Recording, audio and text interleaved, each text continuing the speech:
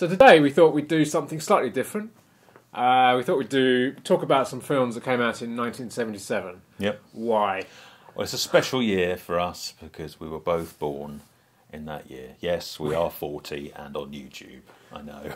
It's a disgrace. What the hell are we doing? Yeah. But yeah, there's lots of great movies. Yeah, no, obviously it is 40 years. It's 2017, so it's quite a good one to talk about. Yeah, we thought we'd look back at some that have turned 40 this year like we have. Exactly. So, what should we start with?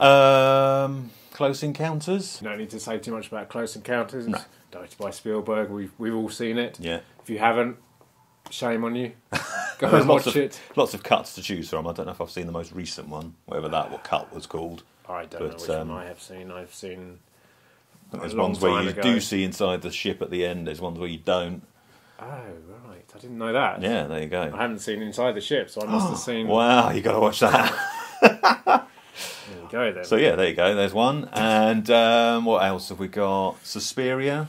Suspiria, yeah, that's a great film from 1977. That's obviously Dario Argento film. Very, if you're a fan of Argento, he's a big. A lot of people like Argento films. I've never been the biggest Argento film fan, although I did like Suspiria. It's very stylish. It's got a great score by Goblin, who I think famously the great thing with Suspiria is they played the soundtrack while they were making the film, which really gave it a kind of horrible feeling. Yeah. It's a really good film. It's been re-released. Yeah, it's just had a 4K restoration, which is doing the rounds at various cinemas. Who's that by? Who's done that? Who's restored it? Who's released it? Who's released it? A distributor.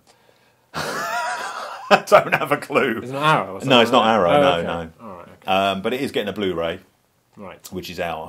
I think it's in the next few weeks. I think. Yeah. So another one that came out in '77 that's also just had a re-release is Sorcerer. Yep.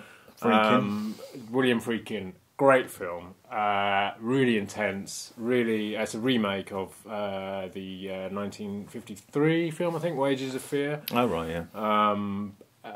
Which itself is a very good film as well, but this isn't 1953, so we're not talking about that. No, Sorcerer is amazing. It was big failure at the time because of another 77 film that came out at the same time, which we might come to.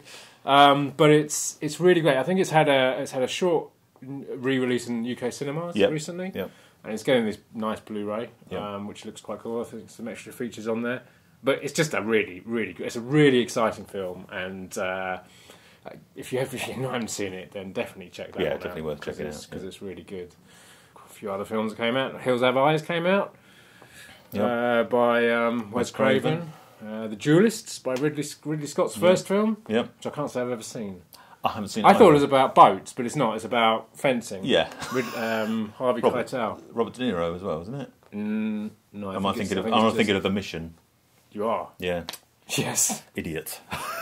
Yeah. Another thing with swords. It's Harvey Keitel, and I don't know who else is in it. We got that great film Exorcist 2 that came out in December. Oh God. You like that one? No. It's awful. Richard Burton. No shit. It's rubbish. It really is terrible. It's pretty bad.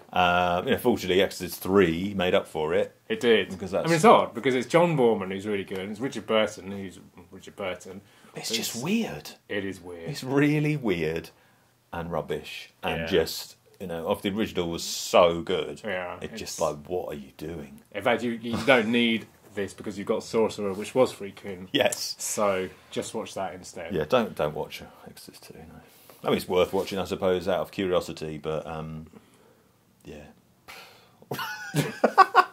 So we could say about it really is. Yeah. What else have we got? Jabberwocky, Terry Gilliam. Lots of debut films here because that was his first film. Which is that coming out again? Is they releasing that? I think Criterion might be releasing it. Yeah. Jabberwocky's great because Jabberwocky is a story by Lewis Carroll who wrote Alice in Wonderland, and the film is very. I mean, it's Holy Grail-esque. It's got Michael Palin in. It's clearly his first film. I think he's clearly trying out some stuff with it. It's got some very, very funny stuff in it. I don't think you actually see the Jabberwocky, do you, until right at the end. Yeah. You just see what he does. I remember I was quite young when I saw it, and there's a bit where it picks somebody up, and then they then it drops them, and they're just a skeleton except their arm, which is still. Yeah, it's like that freaked me out. Yeah. But yeah, it's really weird. If you like Terry Gilliam, it's great fun. Rabid, we've got David Cronenberg. Yep, that's in there. There's a British film that came out called The Black Panther, not the Marvel one that's coming out next year. It's a true story about a guy who was a serial armed robber who kind of terrorised Northern England in the mid-70s. Right. And he got more and more violent and soon started murdering people, and then he ended up kidnapping a young girl. It was pretty horrendous when it happened, but it's a really, really interesting film. And the BFI put it out a couple of years ago. I think it's on Blu-ray as well, and it's worth checking out because it's gritty, but it tells it. It doesn't glorify any of it, and it kind of covers it well. I think it does it really well. But that's one you could check out. That's a bit unknown. And then you've got the biggie, the big one. What's that? The one that killed the success of Sorcerer. Yeah. What was that? Star Wars. Star Wars, which is kind of the ultimate 1977 film. And here we are 40 years later, and they're still making them. They're still making them. There's another one coming out next month. Yep, that's it. Can't wait. It's going to be amazing. Big fan of Star Wars, aren't you? I love it. When did you see the original one? Not in 77, obviously. No.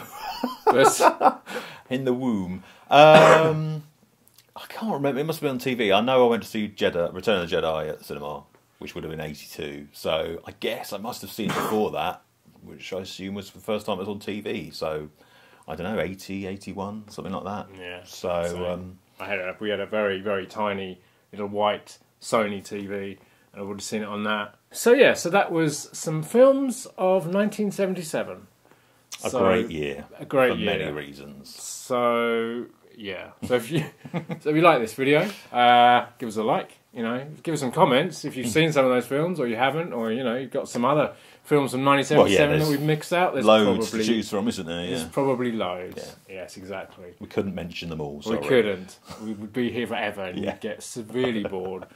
But yeah, so we thought we'd drop this in. We might do another one again in the future because it was quite fun to do that. Maybe we'll do 1978 next year. Maybe. Check out some of our other videos and give us a like and a comment and a subscribe, and check us out on Twitter and Facebook and all that stuff. All that great stuff. We'll be back in a couple of days with a normal film. Yep. So we shall see you then. Yep. Bye for now.